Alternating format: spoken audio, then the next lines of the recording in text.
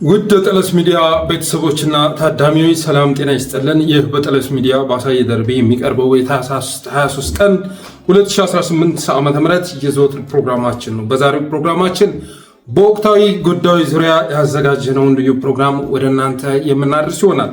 ስለዚህ ጠለስ ሚዲያን ሰብስክራይብ በማድረግ እስከ ፕሮግራማችን ፍጻሜ ድረስ አብራችሁ ትቆዩ ዘንድ በአክብሮት እጋብዛለሁ። ዛሬ በፈረንጆቹ እንግዲህ አዲስ ዓመት መሆኑ ይታወቃል። ስለዚህ በግሪጎሪያን ካላንደር አዲስ ዓመትን የምታከብሩ ኢትዮጵያውያን እንኳን ለአዲስ ዓመት አደረሳችሁ። መጪው አዲስ ዓመትም የስኬት የደስታ ይሆንላችሁ ዘንድ እመኛለሁ።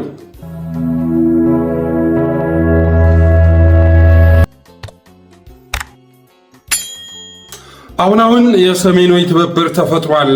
የህልውና ታጋዮች መካከል ንግግር እየተካሄደ ነው፣ ትብብርም እየተፈጠረ ነው የሚለው መረጃ ከወጣ ጊዜ አንስቶ በብልጽግና ሰፈር ውስጥ የሚገርም ድንጋጤ ተፈጥሯል። ከመጋረጃ ጀርባ ሆነው ጸረ ኢትዮጵያ፣ ጸረ ህዝብ፣ ጸረ አገር እንቅስቃሴን ሲመሩ የነበሩት እና አባዱላ ገመዳ መጋረጃውን ገልጸው ወደ መድረኩ ወጥተዋል። ወደ ሚዲያው ብቅ ማለት ጀምረዋል። እነ ባጫ ደበሌ በአዲስ ትንታኔ ተከስተዋል። የኦሮሚያ የመጀመሪያ ፕሬዝዳንት የተባለው ከውጭ ሀገር ወደ ኢትዮጵያ መጥቷል። አብይ አህመድ በፓርላማ ዲሞክራሲ የሌለበት፣ ፓርቲ የሌለበት፣ ልማት የሌለበት፣ ወጣት የሌለበት፣ ፓርላማ የሌለበት ቦታ ሄደው እየመከሩብን ነው ብሎ ካለቀሰ በኋላ ጫጫታው ተበራክቷል። በተቃዋሚነት አገዛዙ አስርጎ ያስገባቸው፣ በፋኖነት በአርበኝነት አስርጎ ያስገባቸው ሁሉ ወደ እናት ድርጅታቸው በመሰባሰብ ጥምዶ እያሉ ይገኛሉ። ስለዚህ ይህንን በተመለከተ ማታ አንዲት መጣጥፍ ነገር ጻፍ አደረግኩና ጠዋት አቀናበርኳት። እስኪ ለማንኛውም ትዝብቴን የሚገልጽ ስለሆነ እነማንን እንዳስደነገጠ ያ የመጣ ያለው አጀንዳ ምን ያህል በብልጽግና ላይ ፍርሃት እንደፈጠረ የሚያሳይ ስለሆነ የ6-7 ደቂቃ ዝግጅት ነው። እሱን ተከታትለን እንመለስ። እንደምትወዱት ተስፋ አደርጋለሁ። ድህነትን በእንቅልፍ ማሳለፍ ፈልጎ ካልጋው ላይ ሲተኛ ኢትዮጵያዊ ሁሉ ቃጤራ እንደቃመ ተባይ እንዳወከው ንጉሡ 4 ኪሎ እንቅልፍ አጥቷል አሉ። ፋኖና ቲዲኤፍ፣ አፋርና ጉምዙ፣ ኦነግና ሻዕቢያ ሱዳን ተገናኝተው በ4 ኪሎ ጉዳይ መከሩ ተብሎ ከተወራ ወዲያ እንቅልፍ ይሉን ነገር ሾልኮ ጠፍቷል አሉ። ከ4 ኪሎ ጉያ በሚዲያ ሲመጡ ያንን ግዙፍ ቅዠት ሲያቀሉት ቢታይም ጥምረት የሚል ሆኗል አብይን የሚያውክ የዚህ ሰሞኑ ህልም። ለዚያም ነው ሚዲያው በከፈትከው ቁጥር ባዳ ባንዳ እያለ የሚቀባጥረው። ለዚያም ነው ሰሞኑን ቅጥረኛ የሚል ስድብ ሞገዱን የሞላው። ለዚያም ነው ሰሞኑን ካድሬ ተሰልፎ ተመሳሳይ ዜማ የሚያቀነቅነው። አብይ አህመድ ብትል ተመስገን ጥሩነህ፣ አረጋ ከበደ፣ ጓድ በለጠ ሞላ፣ አባዱላ ብትል ዳንኪረኛው ባጫ፣ ብርሃኑ ጁላ፣ ብአዴንና ብን፣ ስምረትና ትደግ፣ አፋድና ወደድ ሰሞኑን ተቃቅፈው ማማረር ይዘዋል። የሰሜኑ ሞገድ የሚያመጣውን ብርድ ሸገር ካልታወከች ምንም የማይመስለው ኢትዮጵያ ብትነድ፣ ኢትዮጵያ ብትጭስ፣ ባለፈው ፓርላማ ንቀት በሸፈነው የፍርሃት መንፈስ እንዲህ በሚል ቃላት ቅዠቱን ተንፍሶ ጀመረ ማስለቀስ። ውሏቸውን ስታዩ ዛፍ በፍሬው እንደሚያስታውቀው ሁሉ እነሱ ያስታውቃሉ። ለምሳሌ ፓርቲ የሌለበት ሀገር፣ ምርጫ የሌለበት ሀገር፣ ህገ መንግስት የሌለበት ሀገር፣ ወጣት የሌለበት ሀገር፣ ተስፋ የሌለበት ሀገር ተለጥፎ ለኢትዮጵያ ተስፋ ሊያመጣ የሚችል ሰው የለም። ኤርትራ መንግስት ያለ መልእክት አንደኛ ጥይት አስተላላፊ አትሆኑ፣ ሀገር ሁኑ። ወደ ጎረቤት ሀገር ጥይት ማስተላለፍ ጥሩ አይደለም።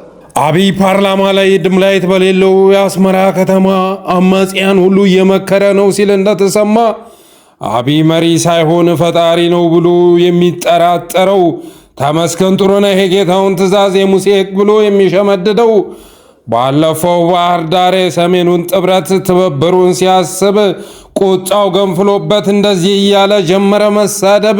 አማራ በታሪኩ ባንዳዎች ሊኖሩ ይችላሉ። በዚህ ልክ ግን ተላላኪ ሲሆን አይቷናል። የራሱን ህዝብ የበደለ ትናንትና እንዲህ ስለበደለኝ መዋጋት አለብኝ ብሎ በነቂስ የወጣ ህዝብ ዛሬ ለዚያ ትናንት ለበደለው አካል መላላክ እጅግ ነውር ነው። እኛ በባህላችንም በሃይማኖታችን ከዚያን ቀን አንስቶም የጌቶቹን ስጋት ብአዴን ሸምድዶ ነጠላ ዘቅዝቆ ሲያላዝን ይሰማል እያለ ጥምዶ ዘመነ ካሴ የ4 ኪሎ ቅዠቱን ትቶ አሁን የኢሳያስ ተላላኪ እንዲሆን አስመራ የሆነች ቦታ ሄዶ እንዲሸጎጥ ፕላኔት ሆቴል ሄዶ ከነደብረጽዮን ጋር ቁጭ ብሎ እንዲያወራ ልክ እነዚህ ሁሉ ያኔ አዋጁ ሲጻፍ የውል ኮንትራቱ በ3 ወር ዘመቻ ጦርነቱ ይቋጫል ብሎ ቃል የገባው ለቤተ መንግስቱ ጄኔራል ተብዬ በአንደኛው አዳራሽ ፋኖ አደጋ ሆኗል ህልውናዬ በሌላኛው መድረክ ተከበብኩ እያለ ይልዟል እየየ ከግብፅ ከኤርትራ ከጽንፈኛው ጁንታ ጋር በጋራ ተወያይተው የጋራ ሰነድ አዘጋጅተው ኢትዮጵያን በሁሉም አቅጣጫ እንውጋት ብለው በ10 ጣታቸው ፈርመዋል። አሁን እየገጠመን ያለው ጠላት ጽንፈኛ ሸኔ ምናምን ብለን ማለፍ የለብንም። ህልውና ጉዳይ ነው እና ተጣምረን ማጥፋት አለ። ይሄ መከላከያ ነው፣ ይሄ አድማ ብተና ነው፣ ይሄ ፖሊስ ነው፣ ይሄ ሰላም አስከባሪ ነው ማለት አያስፈልግም። አሁን ተደምረን ህዝቡ የጠየቀንን ጥያቄ መንግስት የጠየቀን ጥያቄ መዋጣት አለብን። ይሄም ብቻ አይደለ የሰሜኑ ማዕበል እንቅልፍ ረፍት ነስቶ የሚያቅበዘብዘው። ይሄም ብቻ አይደለ የሰሜን ትብብር ትንፋሽ አሳጥቶ በርክ በርክ ያስባለው። በመሆኑም ከቀይ ባህር ማዶ የተሰማው ወሬ ያልጸናው ንግግር ከፈረሱ አፍ ወጥቶ ብረት ሳያነሳ ሳይታይ በተግባር ገና በአፍላነቱ ጽንሶ ያወካቸው ያቃዣቸው ሁሉ ኤሚሬትስ አርበኞቹ ጮህ ይዘዋል ባዳ ባንዳ እያሉ። ሽመልስ አብዲሳ የመጀመሪያውን የኦህዴድ ፕሬዝዳንት ቦሌ ላይ ሲቀበል ስማው አባዱላ ከግርዶሽ ወጥቶ ስጋቱን ሲያካፈል ይህን ደጋፊ የበዛበት ሀገር ደጋፊዋን ያገኘች ሀገር ማቆም አንችልምና ቶሎ ብለን ከህወሓት ጀሌዎችም ከፋኖ ከግብፅም ከኤርትራም ጋር ሆነን እናምሳት ነው። ግን ቅድም እንዳልኩት የማይገባው ነገር ይሄ ህዝብ ይሄ ሀገር ይሄ ተቋም የማይገባው ነገር ኢትዮጵያ የምትባለው ሀገርና ኢትዮጵያ የሚባለው ህዝብ በአለት ላይ የተገነባ ማህበረሰብ ነው። ባጫ ጥላቻ አባት ያቃቃረው ሰሜን ሴራውን አክሽፎ መውጣቱን ሲረዳ ጭንቀቱን ስጋቱን ለኤአይ አውርቶ በጀሚናይ ጓዳ መፍትሄ ተብሎ የተሰጠውን መልስ አድርገውት መጽሐፍ ያውና ፋና ላይ ቅጥረኛ ይጠፋል እያለ ሲለፍፍ በተለይ ታች ያሉ ጤነኞች ናቸው። ጤነኞች ናቸው ሲባል ምንድነው? እውነት መስሏቸው ከሚመራቸው ጋር ተሰልፈው በረሃ ገብተዋል። እነዚህ ይመለሳሉ። ከዛ በተረፈ ጥያቄን ይዘው አሁን በረሃ ያሉት ድርድር ስትላቸውም አይደራደሩም፣ መደራደርም አይፈልጉም። ከዚህ የተነሳ እነዚህ ቅጥረኞች ናቸው ብያለሁ። አዎ ለሱ በእርግጥ ጥያቄ ቅጥረኛ ናቸው ሲሉ ስላልኩኝ ብያለሁ። ስለዚህ ማስረጃ ይሄ ነው። ያሰለጥናቸዋል፣ ሻዕቢያ ያስታጥቃቸዋል፣ ኦነግንም እዚህ የአማራ ክልል ጽንፈኛውንም ቲፒኤልኤፍንም ሁሉንም ያስታጥቃቸዋል፣ ያሰለጥናቸዋል፣ አሁንም ይመራቸዋል። ድሮንም እንደዛ ስለነበረ ማለት ነው። ከዚህ የተነሳ ማንኛውም ቅጥረኛ መርሰነሪ ሸማቂ ይሄንን የሶስቱን የእድገት ደረጃ አይጨርስም ማለት አይጨርሱም። የመጀመሪያው ላይ ይጠፋሉ። ልክ እንደዚህ ሁሉ ድርጅት ሲዋቀር ከውስጥ ሰርገው ገብተው ፓርቲን እንዲያከሽፉ፣ ልክ እንደዚህ ሁሉ ጦርነት ሲታወጅ ፋኖ አርበኛ መስለው ትግል እንዲጠልፉ ተደፓና ስምረት አብንና ፋሃድ በሚል ድርጅት ውስጥ ገብተው የከረሙ በቅጽበት በልጽገው ጌታቸው ማስረሻ በለጠና ጻድቃን የሚሉትን ስሙ። ሻዕቢያ ቲፒኤልኤፍ ፋኖ በምን ስሌት ነው አንድ የምትሆነው? ኤግዛክትሊ የሚያግባባህ ነገር በቃቢን ከጣል ነው ችግር የለውም። ከዛ በኋላ ይታያል ነው። ለምሳሌ ጥቅምት ወር ላይ 2018 ኤርትራ ላይ የተደረገ አንድ ስብሰባ ነበር። አሬና ላይ የተደረገ ስብሰባ እነ ዘመነ ካሴ የተሳተፉበት፣ ሄኖክ የሚባል ከወሎ አካባቢ የሄደ ከሸዋም እንደዚሁ አንድ ብሩክ የሚባል ልጅ የተሳተፈበት፣ ከጎንደር አንድ ሀብት የሚባል ልጅ የተሳተፈበት ውይይት አድርገዋል። የቲፒኤልኤፍ ጀነራሎችም አብረዋል፣ የሻዕቢያ ጀነራሎችም አብረዋል። አሬና ላይ ተገናኝተው የተነጋገሩት ትልቁ ስራ አሁን አንደኛው የአማራ ፋኖ ኮዝ ተብሎ የሚታወቀው የማንነትና የወሰን ጉዳይ ነው። ወልቃይትን አስረክቡን፣ እኛ 4 ኪሎ እናስረክባችሁ ነው የተባለው። ዞሮ ዞሮ ያኛው አካል ኢትዮጵያ ውስጥ አጠቃላይ የስርዓት ለውጥ እንዲመጣ ይፈልጋል። ጦርነት አውጇል፣ ከፍቷል። መጠነ ሰፊ ጦርነት በኢትዮጵያ እና በህዝቦቿ ላይ አውጆ ቆይቷል። ፍላጎቱ ምን እንደሆነ ግልጽ ነው። ስለዚህ መፍትሄ እንዲመጣ ይሻም በመሰረቱ ለዚህ ስርዓት ለውጥ ሳይሆን ኦልሞስት የተደቀቀችና ሁልጊዜም በሶስት ያለች ኢትዮጵያ ልትኖር ይፈልጋል። ልክ ነው። እኔ አሁን ሪፈር እያደረኩ ያለሁት ወያኔ ነው። ሻዕቢያን ከሆነ በቀውስ ውስጥ ያለች ደካማ ኢትዮጵያ እንድትኖር ነው የሚፈልገው። ወደ ትብብር አይመጣም። ወደ ትብብር ቢመጣ ለሁለቱም ህዝቦች ለሁለቱም ሀገሮች በጣም ሰፊ ልማት እና የብልጽግና እድል ይከፈት ነበር በመሰረቱ። ግን ደግሞ ያለው ሳይኪ ላለፉት 30 ምናምን ዓመት በኤርትራ መንግስት ውስጥ ዶሚኔት አድርጎ ያለው የገቨርናንስ ሳይኪ የማይሰጥ ግን የሚቀበል የኢትዮጵያን ደካማ ሁኔታ ማየት የሚፈልግ ሰላም ያጣች ኢትዮጵያን ማየት የሚፈልግ ስለሆነ እዚህም ኢንቨስት አድርጓል ሲሰራ ቆይቷልና ይሄ ነው። ከዛም ከተሻገር እንግዲህ እዛ ላይ ብቻ የሚቆም አይደለም ላኪ ያለ ዝግጅታችንን የወደዳችሁት ይመስለኛል። እንግዲህ እንዳሰማችሁት ነው በሰሜኖች መካከል ትብብር እየተፈጠረ ነው። የህልውና አደጋ ያንዣበበባቸው ኃይሎች እየተነጋገሩ ነው። አብሮ ለመስራት ጥረት እያደረጉ ነው። ከተባለ ጊዜ አንስቶ የኦህዴድ ጄኔራሎች በሚመሯቸው መድረክ ላይ ሁሉ ህልውናዬ እያሉ ማልቀሱን አጠናክረው ቀጥለዋል። ተከበብን ማለት ጀምረዋል። አማራን ልክ እንደ ትግራይ ከበን ትጥቅ እናስፈተዋለን፣ በ3 ወር ውስጥ ትጥቅ አስፈትተን ከጫማ ስራ አምጥተን እናንበረክከዋለን ብለው የገቡት እነ መሐመድ ተሰማ እና አሰፋ ቸኮል አሁን ላይ በ3ኛ ዓመታቸው እያለቀሱ ይገኛሉ። በአደኖችም እንደዚሁ የሚመሯቸው መድረኮች ላይ ዘመነ ካሴ ኤርትራ ሄዶ ፕላኔት ሆቴል እንደዚህ አድርጎ ሚሉናል ዝባዝንኪ። ትናንት የሚመራው መድረክ ላይ ቁጣውን መቆጣጠር ያቃተው ተመስገን ጥሩነህ አማራን ተላላኪ ብሎ ሲሳደብ እንደነበር የሚዘነጋም አይደለም። አብይ አህመድ የተናገረውን ታስታውሱታላችሁ። እነ ስምረት ጻድቃንና ጌታቸው ረዳ እየሰሩት ያለውን ስራ የምታዩት ነው። አፋሕድ ውስጥ ሰርጎ ገብተው ከውስጡ ነው ትግሉን ሲቦረቡሩ የነበሩ ኃይሎች አሁን ላይ ሰተት ብለው ወደ ጌቶቻቸው መጥተው ሊያፈርሱብን ነው፣ አገዛዛችንን ሊያስወግዱብን ነው ማለት ጀምረዋል። ትናንት አገዛዙን እናስወግዳለን ብለው ወደ ትግል ገብተው የነበሩ አገዛዙን የሚያስወግድ ኃይል እየመጣ ነውና ከመንግስታችን ጎን መሰለፍ አለብን ብለን መጣን ማለት ጀምረዋል። ትዴፓ አብንም በተመሳሳይ መልኩ ልሳናቸው ደግሞ ኤንቢሲ የሚባል ሚዲያ ነው። ብሩክ ከበደ የሚመራው ሚዲያ የሰውዬ በኢህአዴግም ጊዜ እንደዚሁ የካድሬነት ስራ ሲሰራ የነበረ ሰው ነው። ከኢህአዴጎች ጋር ለመመሳሰል ጥረት ሲያደርግ የነበረ ሰው ነው። አሁን ላይ ደግሞ ለብልጽግና ራሱን በመሸጥ ላይ ይገኛል። ሰሜኖችን የሚያቃቅሩ ነገሮችን ወደ ሚዲያ በማምጣትና ጸረ ሰሜን ትርክት በመገንባት አብይ አህመድ ጋር ለመሰለፍ ጥረት እያደረገ ነው። የሆነ ሆኖ ግን ይህ አጀንዳ ምን ያህል ድንጋጤ እንደፈጠረ የምታዩት ነው። ሰዎች መጥተው ምንም እንደማያመጣ ባጫ ደበሌ ይጠፋሉ ይላችኋል።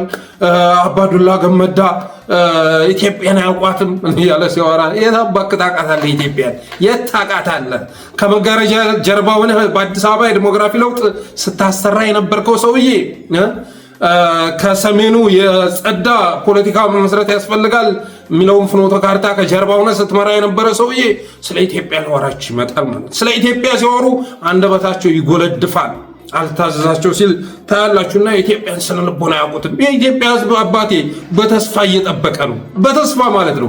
የትኛው ውጫዊ ወራሪ ቢመጣ ራሱ ግዳይ ሰጠውም የኢትዮጵያ ሕዝብ ለምን ሀገር ውስጥ ህልውናውን የሚያጠፋ በየአቅጣጫው የሚዘርፍ የሚጨፈጭፍ ኃይል ስለተፈጠረ ይህን አገዛዝ የሚያስወግድ የትኛውም ኃይል ቢመጣ ደስተኛ ነው። ምክንያቱም አሁን እኮ ኢትዮጵያ ውስጥ የነገሰው እኮ ኢትዮጵያዊ ብላችሁ የምትጠሩት አይደለም እኮ የቱርክ የዩናይትድ አረብ ኤምሬትስ ቅጥረኛ ሆኖ ወርቅ የኢትዮጵያን ወርቅ ወስዶ ያስረክባል። ድሮን ተቀብሎ ያመጣል። የተቀበለውን ቦምብ አምጥቶ ኢትዮጵያውያን ላይ ይደፋል። ቅጥረኛ ነው። እንደውም ስለ መርሴናሪ ስለ ቅጥረኛ ሲያወሩ አለማፈራቸው እነ ባጫ ደበሌ ማለት ነው። ትናንት የኤርትራን ሰራዊት እኮ ኢትዮጵያ ውስጥ አስገብተው ጉዳት ያደረሱት እነዚህ ሰዎች ናቸው። ዩናይትድ አረብ ኤምሬትስ የእሷ ቅጥረኛ ሆነው የኢትዮጵያን ሀብት አስረክበው እየመጡ ከዛ ተቀብለው በሚያመጡት ጥይት ኢትዮጵያን እየጨፈጨፉ ያሉ ቅጥረኞች ስለ ቅጥረኝነት ስለ ባዳና ባንዳ ሲዋሩ አለማፈራቸው። ከዛ ውጭ ግን ሪቨርስ ሳይኮሎጂ የሚባለውን ይሄ ከሚሰማቸው ስሜት በተቃራኒ ሆኖ መገለጽ የሚዲያው ማለት ነው እነዛ ለማድረግ ጥረት እያደረጉ ቢሆንም የአብን ሰዎች፣ የባዕደን ሰዎች፣ የትዴፓ፣ የስምረት፣ የአፋር ሰዎች፣ የኦህዴድ ሰዎች ሁሉም እንዳጠቃላይ ተሰብስበው የሚያወሩት ሁሉ ጥምዶ የሚል መሆኑ የፈጠረባቸውን ድንጋጤ የሚያሳይ ነው።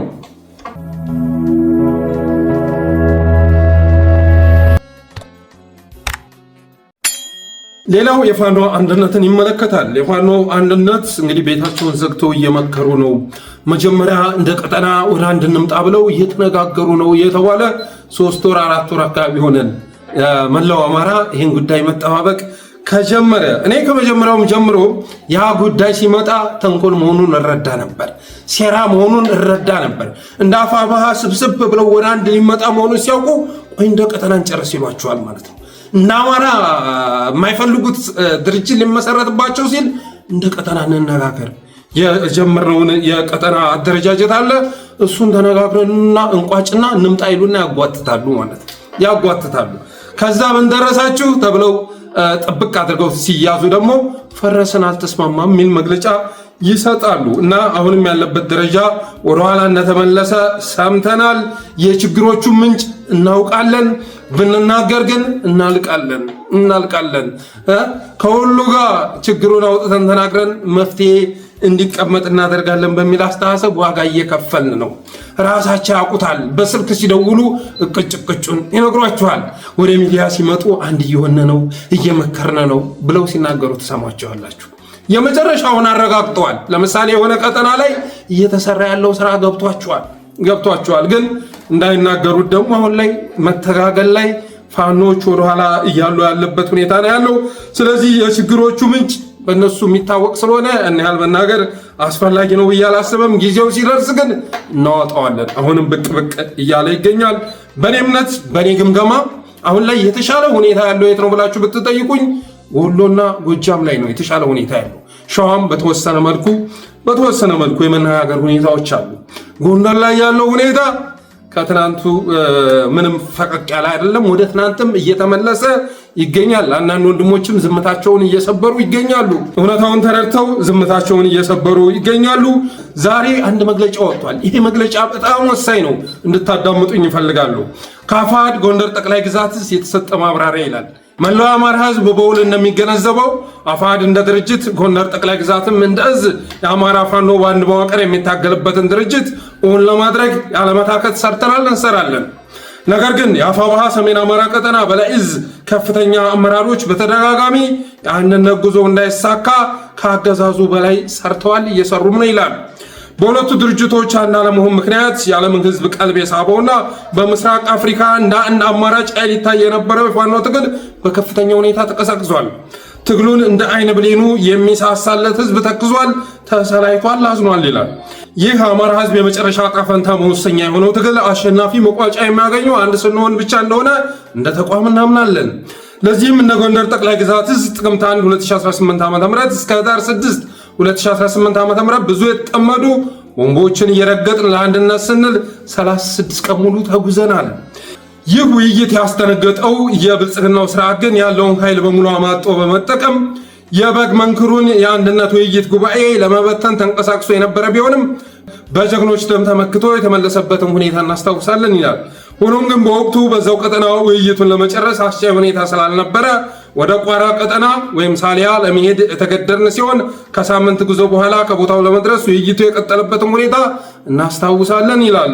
ቋራ ቀጠና በተመሳሳይ መልኩ ውይይቱን ለመበተን በአየርና በምድር ተደጋጋሚ ጥረት ቢያደርግም በበጌምድር ክፍለ ጦርና ቋራ ሜድላ ክፍለ ጦር አናብስቶች ለተከታታይ 8 ቀን መደበኛ ውጊያ በማድረግ በጀግኖች ደም እየተመከተ ውይይቱን ማስቀጠል ተችሏል ይላል። ያለፍንበትን የመለያ ጉዞ ያደረሰብንን ኪሳራ ገምግመን ከተማመን በኋላ ያሳዘነውን ህዝብ አባል አንድ በመሆን ልንክስ የቅድመ ስምምነት የቃል ኪዳን ስምምነቶች አስቀምጠን ነበር። እንደ ተቋም ብዙ ተቋማዊ ጉዳዮችን ወደ ጎን ትተን በሁሉም በኩል የተወከሉ ኮሚቴዎች ለ12 ቀን ውይይት ካደረጉ በኋላ የትግሉን እድገት ሊሸከም የሚችል መዋቅር በጋራ ስምምነት ሰርተው መጨረስ ችለው ነበር። የስራ አስፈጻሚ ድልድል ተሰርቶ መግለጫ ለመስጠት ጫፍ ላይ በተደረሰበት ሰዓት የበላይ ዘለቀ እዝ በኩል የተወከሉ ኮሚቴዎች ስራ አስፈጻሚ የምናወያይበት ጊዜ ይሰጠን በማለታቸው እንዲዘገይ ከተደረገ በኋላ የአገዛዙ እንቅስቃሴ በመኖሩ ምክንያት ሳይሰጥ የቀረበት ሁኔታ ነበር ይላል። በወቅቱ አካባቢው ተረጋግቶ መግለጫ ለመስጠት ምቹ ሁኔታ ባለመኖሩ መተማ ወረዳ ሻሽዬ ላይ ተገናኝተን ጉዳዩን ልንጨርስ ተቀጣጥረን ወደ ሻሽዬ ያመራን ቢሆንም በበላይ እዝ በኩል የተወከሉ ኮሚቴዎች ግልጽ ባልሆነ ምክንያት አቅጣጫ ቀይረው ወደ ተቃራኒ አቅጣጫ የሄዱበት ሁኔታ ተፈጥሯል። አቅጣጫ ቀይረው ከመሰወራቸው በፊትም የስራ አስፈጻሚ ድልድል ሰልተን መጨረሳችን የሚገልጽ አጭር የቪዲዮ ማብራሪያ ተቀርጾ ከሁለቱ ክፍለ ሀገር በተውጣጡ አማቻች ኮሚቴዎች የተያዘ ሲሆን የቃለ ጉባኤ ፊርማና መግለጫ ብቻ ሲቀር ሁሉንም ጉዳዮች አንስተን እልባት ሰጥተን ቆይተን ነበር ይላል። ከአፋብኃ የተወከሉ ኮሚቴዎች ከላይ በተጠቀሰው አግባብ አቅጣጫ ቀይረው ከሄዱ በኋላ ካደረግነው የስልክ ልውውጥ ምቹ የኔትወርክ ቦታ መርጠው መግለጫውን በስልክ እንደምንሰጥ ቃል የገቡ ቢሆንም እየዋለ እያደረ ሲሄድ ግን አዳዲስ ሀሳብና አጀንዳ እየፈጠሩ የለፋንበትን አንድነት በይፋ ማፍረሳቸውን ቀጠሉ ይላል። ይህንንም ጉዳይ ለማስተካከል ልመናችንን አጠናክረን የቀጠልን ቢሆንም ልመናውን ወደ ጎን በመተው እንደ ጎንደር የተጨረሰውን ስምምነት በማፍረስ እንደ አማራ በአፋሕድና አፋብኃ በኩል የሚደረገውን የአንድነት ውይይት ነው የምንፈልግ በማለት ጉዳዩን ወደ አፋሕድና አፋብኃ አንድነት አመቻች ኮሚቴዎች መውሰዳቸውን የአንድነት አመቻች ኮሚቴዎች የሚያውቁትና የሚመሰክሩት ሀቅ ነው። ይሁን እንጂ አሁንም በአፋብኃና አፋሕድ መካከል የሚደረገው አንድነት ከሚገባው በላይ እየተጓተተ የሚገኘው በበላይ እዝ አመራር ምክንያት ነው። ይህን ጉዳይ ነገ ከነገ ወዲያ ኮሚቴው ማብራሪያ የሚሰጥበት ሆኖ ይባስ ብሎ በዛሬው ዕለት በተለያዩ አቅጣጫ ትንኮሳ ተከፍቶብናል ይላል። ስለሆነም ከዚህ በላይ ትግሉ እንዲጎዳ ህዝባችንም መከራ እንዲደርስበት ስለማንፈቅድ የሚከተለውን ጥሪ ማቅረብ እንወዳለን ይላል። ለአፋብኃ በላይ እዝ ጥቂት ሀቀኛ አመራሮች እናንተ ሁሉንም ነገር ታውቃላችሁ። ማን ምን እያደረገ እንዳለው እውነቱን ለህዝብም ለሰራዊትም እንድታስታውቁ አደራያል። ይሄ ማይሆን ከሆነ በእኛ በኩል ሁሉንም በእዙ አመራር የሚደረግ ጸረ ትግል እንቅስቃሴ ለማጋለጥ እንገደዳለን ያል። ሁለት ለአፋብኃ በላይ ዘለቀ እዝ ተዋጊ ሰራዊት ከዚህ ቀደም ለተለያየ ችግር የዳረገው ከፍተኛ አመራሩ አሁንም አብዛኛው ፈርሶ ለጠላት እጅ እንዲሰጥ እያደረገ ይገኛል። የቀረው ደግሞ በተለያየ ቦታ ወንድሙ ላይ እንዲተኮስ የተለመደ በወንድሙ ላይ የመቆመር ግብሩን ጀምሯል ይላል። በእኛ በኩል በየትኛውም ጊዜና ሁኔታ ከወንድም ጋር ግጭት እንዳይፈጠር አሁንም ጥረታችንን እንቀጥላለን። ነፍሱን አስይዞ የሚታገለው ሰራዊት የአደረጃጀት ልዩነት ሳይበግረው እውነቱን ቀረብ ብሎ እንዲመረምር ለምን ብሎ እንዲጠይቅና ከጠቅላይ እዙ ሰራዊት ጋር አመራር ተቀራርቦ እንዲታገል ጥሪ እናቀርባለን። ሶስት ለመላው የትግላችን ደጋፊና የሚዲያ አካላት ተብሎም የተላለፈ ነገር አለ። ይሄ መግለጫ ሙሉ ለሙሉ ሞስተው ነው ማለት አልችልም፣ ግን እውነት እንደያዘ ደግሞ እረዳለሁ። ማን ችግር እየፈጠረ እንዳለ ከሌሎችም ስለሰማውኝ እና በራችንን ዘግተን ሲማከር ነው የከረምነው ተባለ። ተነጋግረውም ይሁን ተጣልተውም ይሁን አይታወቅም፣ ግን አሁን እንደገና ጠመንጃ ተማዘን ልንታኮስ ነው እያሉን ይገኛሉ። እስካሁን ድረስ ብዙ ቀልድ ተቀልዷል። ታስታውሳላችሁ አይደለ? ያኔ አፋሕድ ሲመሰረት እነማን ከነስክንድር ጋር ተከትለው ሄደው እንደነበር ይታወቃል። ኋላ የነስክንድር አካሄድ አልተመቸንም ብለው እንደገና አፋብኃ ጋር መጡ። አፋብኃ መጡና ቋራ ስብሰባ በሚካሄድበት ሰዓት የቋራ ቃል ኪዳን ላይ የተፈጠረው ችግር እንዲፈጠር ተደረገ። የቋራውም ጉባኤ ያለምንም ስኬት ተጠናቀቀ። አሁን በቅርቡ ደግሞ ወደ አንድ ሊመጣ ነው ሲባል ቆይ እንደ ቀጠና እንጨርስ ተባለ ማለት ነው። እንደ ቀጠና እንጨርሳሉ። 2 ወር 3 ወር ተጠበቀ። ከ3 ወር በኋላ ግን ስምምነታቸውን አይደለም ይዘው የመጡት ጦርነታቸውን ነው። ስለዚህ ሌሎች እዞች ቁጭ ብላችሁ ልመክሩበት ይገባል። ከዚህ በላይ ሊቀለድብን አይገባም። አፋሕድ የሚባለው ኃይል ለምሳሌ አለኝ እያለ ሲያሳይ የከረመውን ተዋጊ መጨረሻ ላይ አሁን ሰሞኑን አሰልፎ ሲያስገባ እያሳየን ነው። ደቡብ ጎንደር ላይ የገባው ታጣቂ ቁጥሩ ቀላል አይደለም። በአማራ ላይ ክህደት እየተፈጸመ ነው። በአማራ ላይ ሴራ እየተጠነሰሰ ነው። ከሶስት ወር በኋላ እኮ አልተስማማንም የሚል መግለጫ አይደለም የወጣው። አልተስማማንም አይደለም፣ እየተታኮስን ነው ወደ ጦርነት በ4 አቅጣጫ በ6 ግንባር አይነት ወሬ ነው ይዘው የመጡት። ይሄ ደግሞ ሆን ብሎ ትግልን የማዳከም ሆን ብሎ ትግልን የማግማማት ስራ እየተሰራ ስለሆነ ነው። ለተከዜ ዘብ የፈረመ ኃይል ስላለ ነው። በግልጽ እነግርሃለሁ። ለተከዜ ዘብ እነዚህ ትናሽ ታያቸው ገንዘብ ኢንቨስት ተደርጎ እነ ኮሎኔል ደመቀ ብዙ ስራ ሰርተው ለተከዜ ዘብ የፈረመ ኃይል አለ። ያ ኃይል እንደ ጎንደር ቀጠናም ወደ አንድ ለመምጣት ሲሞከር እንቅፋት ሆኖ ይገኛል። እንደ አማራም ለመሰባሰብ ሲሞከር እንቅፋት እየሆነ ይገኛል። ስለዚህ ከሀገር የወጣ ነው እንደው ዝም ብለን ዜና ልናደርስ አይደለም። በስደት ሀገር እየተሰቃየን ያለ ነው። ዝም ብሎ ዜና ለማድረስ አይደለም። ወንድሞቻችን እስር ቤት የታጎሩት በቀልድ አይደለም፣ በከንቱ አይደለም። የወገኖቻችን እንደሚፈሰው እህቶቻችን የሚደፈሩት፣ ህዝባችን መከራውን የሚበላው፣ ኦህዴድ አማራውን ማውደሚያ ቀዳዳ ሊያገኝ የቻለው እናንተ ነጻ ትዋጣላችሁ ተብሎ በመታሰቡ የተነሳ ነው። ስለዚህ በአንድነት ላይ በዚህ ልክ ሲቀለድ አንዱ ያገዛዙ መስመር የማያዋጣ መሆኑን ተረድቶ ወደ ትክክለኛው መስመር ልምጣ ብሎ ሲል ሌላኛው እንደገና ራሱን እየሸጠ በህዝብ ትግል ላይ በዚህ ልክ መቀለድ ተገቢ አይደለም። ደረጀ በላይ መጣ ሲባል እከሌ ሸሸ እየተባለ እከሌ ሄደ አፈነገጠ እየተባለ እኔ ዛሬ የአፋሕድን መግለጫ እስከዛሬ ድረስ አይታችኋል። ትክክለኛ መስመር ላይ ናቸው ብዬ ስለማላምን በፍጹም አምጥቻ አጋርቻ አላውቅም። ዛሬ ያጋራሁት ግን እኔ የማውቀውን እውነት ይዘው ስለመጡ ነው። እኔ ማውቀውን አጣርቼ የደረስኩበትን እውነት ይዘው ስለመጡ ነው። ሸዋ ላይ የመስማማት ስራ ተሰርቷል 50-50 ምናምን የሚል ነገር ግን ጎንደር ላይ ስትመጣ ልክ እንደ ኮንዶሚኒየም ግንባታ ቤቶች 37 ነው የሚባለው 60-40 35-65 ምናምን የሚል ዝባዝንኬ ነው አሁን ይህን ችግር እየፈጠረ ያለው ማለት ነው። ያ አይደለም ፐርሰንቱ ያጣላቸው ደግሞ ያ አይደለም አሁን ላይ ከተገል ሊያፈገፍግ የተዘጋጀ ኃይል ስላለ ነው። እስካሁን ድረስ ብዙ ዋጋ ተከፍሏል። እስካሁን ድረስ አሽሞንሙነናል። እንዴ ሁለት ጊዜ እኮ ድርጅት የማዋቀር ስራ ሲሰራ እንቅፋት የነበረ አካል አሁን እንደገና ለሶስተኛ ጊዜ አሳክቶ ትግሉን እያጓተተ እያስበላ ነው። አንድ ጊዜ ሄዶ ከአፋር ጋር ይሰለፋል፣ አንዳንድ ጊዜ አፋብኃ ጋር መጥቼ ገባው ይላል። ወደ ትክክለኛ መስመር መጥቷል ብለህ ስተዋድሰው ከርመህ መጨረሻ ላይ ደግሞ ያችኑ ስኳድ የሚያደርጋትን ነገር አሳክቶ ሲወጣ ታየዋለህ። አሁን ባለፈው በቃ የአፋብኃ አንድነት እውን ሊሆን ነው ስራ አስፈጻሚ ሊመርጥ ነው ተብሎ ዛሬ ይወጣል ነገ ይወጣል እየተባለ መግለጫው ባለበት ሰዓት ቆይ እንደ ቀጠና መክረን እንመለስ ተባለ። እንደ ቀጠና እንደገና 2 ወር 3 ወር አማዘው ውጤቱን ማሳወቅ ሲገባቸው ደግሞ እዛም ጋር ስምምነት ላይ ሊደርሱ ሲሉ ስልክ ማጥፋት፣ ስብሰባ ላይ አለመገኘት ምናምን ተከሰተ ማለት ነው። እንደዚህ አይነት ነገር ተከሰተ። ስለዚህ እንደ ቀጠናም ወደ አንድነት እንዳይመጣ እያደረገ ያለው ማንም መሆኑ አሁን ላይ እየታየ ነው። እና አማራም እናንሰባሰብ እንቅፋት የሆነብን ማን እንደሆነ እየታየ ነው። ስለዚህ ወንድሞቻችን አሁንም እድሉን እንሰጣችኋለን። እንደ ቀጠና የጀመራችሁትን ነገር አጠናቃችሁ እንደ አማራ በአስቸኳይ ስብሰባ ላይ ከመጥፋት ከዛ አይነት አስተያየት ወጥቶ ነገራዊ ውይይቱን ማስቀጠል ያስፈልጋል። ይሄ ካልሆነ ግን ሌሎች እዞች ላይ ያላችሁ አመራሮች ቁርጥ የሆነ ውሳኔ ልትወስኑ ይገባል። ከዚህ በላይ ልንበላ አይገባም። ከዚህ በላይ ልንበላ ጥሎ ማለፍ በሚል ፕሪንሲፕል እየተጫወቱብን ነው፣ እየቀለዱብን ነው። እነሱ ዝናሽ ታያቸው ጋር ተነጋግረው ወደ ቀልድ የሚገባ አካል ካለ ስትጨርስ ትመጣለህ፣ ራስን አጥራና ትመጣለህ ብሎ ሌላው ተነጋግሮ መቀጠል መቻል አለበት ማለት እወዳለሁ።